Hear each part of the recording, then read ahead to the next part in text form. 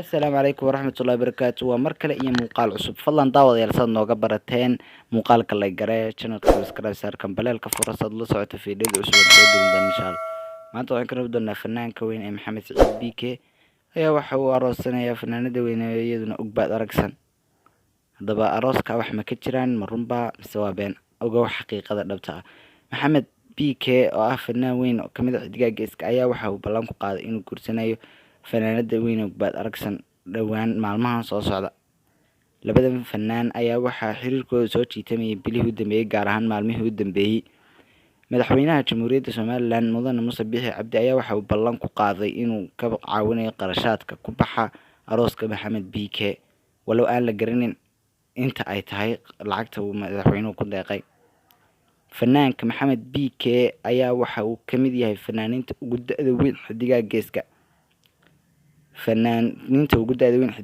Oon weli guursan. Fanaanada Ugbaad Aragsan ayaa waxa u dhaxday markii hore fanaanka Qamar Suugaani, walow aan cid waxba u dhalin. Kadib markii ay kala cadhoodeen Qamar Suugaani iyo fanaanada Ugbaad Aragsan, kadib markii uu Qamar Suugaani keenay meesha xaaska leh oo Nasiim la yidhaa ka timid dalka Ingiriiska, kadib markii uu dhigay aroos waaliya oo qarash badan kaga baxay fanaan Qamar Suugaani ayaa waxay ka cadhootay fanaanada Ugbaad Aragsan. kadib markii dambana uu furay, markii dambana ay kala tageen. Fanaanadan ayaa imika waxa ay aad ugu kalsoon tahay fanaanka weyn Maxamed BK, iyadoo arooskooda walow aan la sheegin xilliga uu dhacayo, balse ay tahay maalmahan fooda inagu soo haya.